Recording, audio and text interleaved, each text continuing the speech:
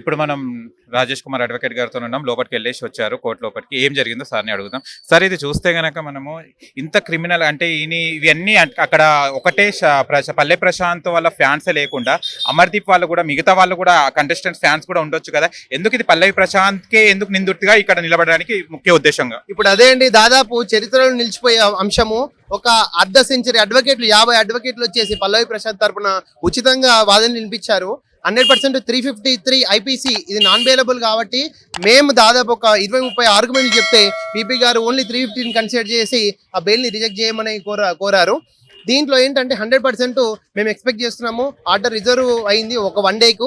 రేపు 100% ఆర్డర్ వస్తుందని బెయిల్ వస్తుందని ఎక్స్పెక్ట్ చేస్తున్నాం. అంటే ఇది అరెస్ట్ వారెంట్ అనేది ఏది ఇంట్రాగేషన్ జరిగేసి అరెస్ట్ వారెంట్ అనేది తీసుకెళ్తారు కదా, అది తీసుకెళ్లడం జరిగిందా సార్? ఇది జరగలేదని అంటున్నారు. ఇక్కడ as per due process of law అది ఇప్పుడు ఏదైతే 41A సిఆర్పిసి ఇచ్చి మాత్రమే Arnesh Kumar versus state of Bihar guide lines పాటించి మాత్రమే ఒక వ్యక్తిని అరెస్ట్ చేయాలని సుప్రీంకోర్టు జడ్జిమెంట్స్ ఉన్నాయి. వీటన్నింటినీ పరిగణలోకి తీసుకోకుండా అడ్వకేట్లకు ఎఫ్ఐఆర్ కాపీలు, కంప్లైంట్ కాపీలు, ప్రైమ్ ఆఫీసీ ఇవన్నీ చూపించకుండా వాళ్ళు అరెస్ట్ చేశారు. ఇవన్నీ కూడా ధర్మాసనం ముందుకి మేము తేయడం జరిగింది. దాన్ని ధర్మాసనం గారు రేపటికి ఆర్గ్యుమెంట్స్ చాలాసేపు విన్నారు. దాదాపు ఒక 40 to 50 minutes ఆర్గ్యుమెంట్స్ జరిగినాయి. రేపటికి ఆర్డర్ ఫర్ రిజర్వ్ పెట్టుకున్నారు. రేపటికి దీని వెనకాల ఇప్పుడు ఇది కేసు పెట్టిన ఎవరు సార్? దీని మీద వెనకాల నడిపిస్తుంది ఎవరు? ఈ కేసుకి ముఖ్య ఉద్దేశం ఏంటిది వీళ్ళది అసలు కేసు నడిపించడానికి? ఈ కేసు యాక్చువల్ గా వచ్చేసి సుమోటోగా స్వీకరించారండి. సుమోటో అంటే తన సొంతంగా వాళ్ళ గవర్నమెంట్ వాళ్ళకు నష్టం జరిగింది, గవర్నమెంట్ ప్రాపర్టీస్ కి నష్టం జరిగింది కాబట్టి సో వాళ్ళు సుమోటోగా తీసుకున్నారు. కేసు అయితే ఎవరు పెట్టలేదు. But there are some indirect forces. Okay, దీని సజ్జనార్ గారు దీనికి రెస్పాండ్ అవుతున్నారు? సజ్జనార్ గారు ఏమి రెస్పాండ్ అవుతారో మాకు తెలియదండి. సజ్జనార్ గారి పేరు అయితే ఎక్కడ లేదు. టోటల్ ఎఫ్ఐఆర్ కాపీలో ఆర్టీసీ ధ్వంసమైందని చెప్పడం జరిగింది. ఆర్టీసీ ధ్వంసమైందని అదేంటి ఒక వీడియో అయితే వచ్చింది. కానీ ఎక్కడ ఆయన పేరు కానీ చార్జ్ షీట్ లో కానీ ఎఫ్ఐఆర్ లో కానీ ఎక్కడ లేదు యాక్చువల్ ఆయన పేరు. ఓకే, మళ్ళీ బెయిల్ ఎప్పుడు వస్తుంది సార్? ఇప్పుడు చూస్తే కనుక రేపు ఫ్రైడే సాటర్డే ఉంది, హాలిడేస్ వస్తున్నాయి.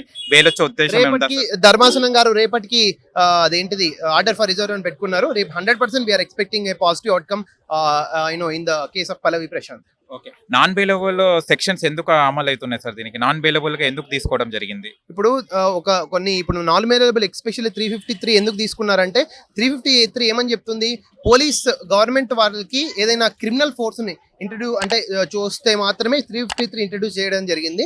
సో దాన్ని బేస్ మీద ఓన్లీ 353 ఒకటే నాన్ బెయిలబుల్, మిగతా అన్ని బెయిలబుల్ అఫెన్సెస్ అండి ఇక్కడ. ఓకే సార్, ఇప్పుడు అది నేరం ఎవరు చేశారో తెలియదు, పల్లవి ప్రశాంత్ మీద అయితే వచ్చింది. మళ్ళీ మిగతా ఎవరైతే వాళ్ళు ధ్వంసం చేశారో ఎవరైతే ప్రాపర్టీస్ ని వాళ్ళని అరెస్ట్ చేసే ఉద్దేశం ఏమైనా ఉందా సార్? ఇక్కడ యాక్చువల్లీ ఇంకొక కోణంలో కూడా ఆర్గ్యుమెంట్స్ లో కానీ ట్రయల్ లో కానీ ముందుకు వెళ్తే కేసులో ఇదంతా బెయిల్, యాంటిసిపేటరీ బెయిల్ ఇవన్నీ ఈ విషయాలు కాబట్టి సో ఫ్యూచర్ లో ట్రయల్ అండ్ ఆర్గ్యుమెంట్స్ లోకి వెళ్తే మామూలుగా ఇప్పుడు దీన్ని ఏ విధంగా స్టడీ చేయాలి అంటే ఎవరైనా అపోనెంట్ ఇతని పల్లవి ప్రశాంత్ యొక్క అపోనెంట్స్ ఏమన్నా కావాలని వాళ్ళ ఫోర్సెస్ ఏమన్నా ఉన్నాయా ఈ ప్రైమ్ ఆఫీసీలో కూడా ఎగ్జామిన్ చేయాల్సిన అవసరం ఎంతగా ఉంది. ఓకే, ఇంతమంది అడ్వకేట్స్ తరలి వచ్చారు, వాళ్ళ ఫ్యామిలీకి ఎలాంటి మద్దతు ఇస్తున్నారు, మీరు ఎలాంటి సపోర్ట్ ఇస్తున్నారు? నిజంగా ఇది చరిత్రలో ఒక నిలిచిపోయే కేసు అండి. 2023 ఎండ్ ఆఫ్ ద ఇయర్ లో దాదాపు 50 మంది అడ్వకేట్లు సపోర్ట్ చేశారు. అడ్వకేట్ కమ్యూనిటీ కూడా నేను ధన్యవాదాలు తెలుపుతున్నాము.